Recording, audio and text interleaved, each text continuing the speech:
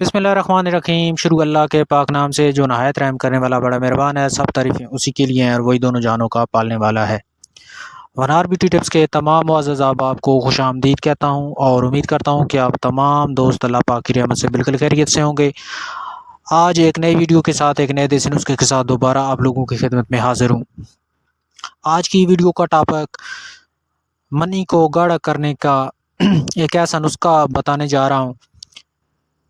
ایسے افراد جن کے اندر منی کی مقدار جو ہے وہ بہت کم ہے یا ان کی منی پتلی ہے، اگر پتلی ہے یا بنتی نہیں ہے یا بنتی ہے تو بہت کم بنتی ہے، تمام مسائل اس نسخہ میں آپ کو بتانے جا رہا ہوں۔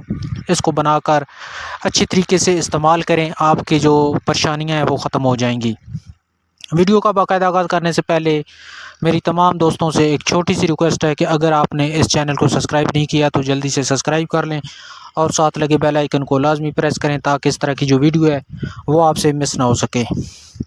آپ نے پنسار سٹور پہ چلے جانا ہے اور وہاں پہ آپ نے چند چیزیں لینی ہیں، وہ چیزیں آپ لکھ لیں: تخم املی، سمندر سوکھ، تان مکھانا اور کوزہ مصری۔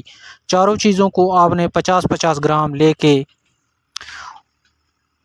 اچھی طرح کوٹ لینا ہے اور پاؤڈر بنا لینا ہے۔ املی بڑی والی لینی ہے اور اس کو کوٹ کے اندر سے وائٹ کلر کا جو مغز نکلتا ہے وہ آپ نے نکال کے کوٹنا ہے۔ چاروں چیزوں کو اچھی طرح کوٹ کے پاؤڈر بنا لیں اور اپنے پاس رکھ لیں۔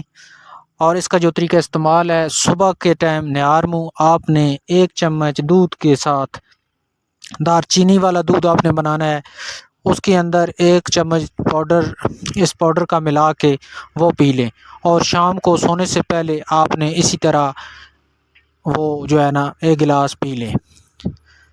اس سے مادہ منویہ کی مقدار بھی بڑھے گی، اگر پتلی منی ہے آپ کی تو وہ بھی گاڑھی ہوگی اور کو جو ٹائمنگ کا مسئلہ ہے وہ بھی آپ کا حل ہو جائے گا۔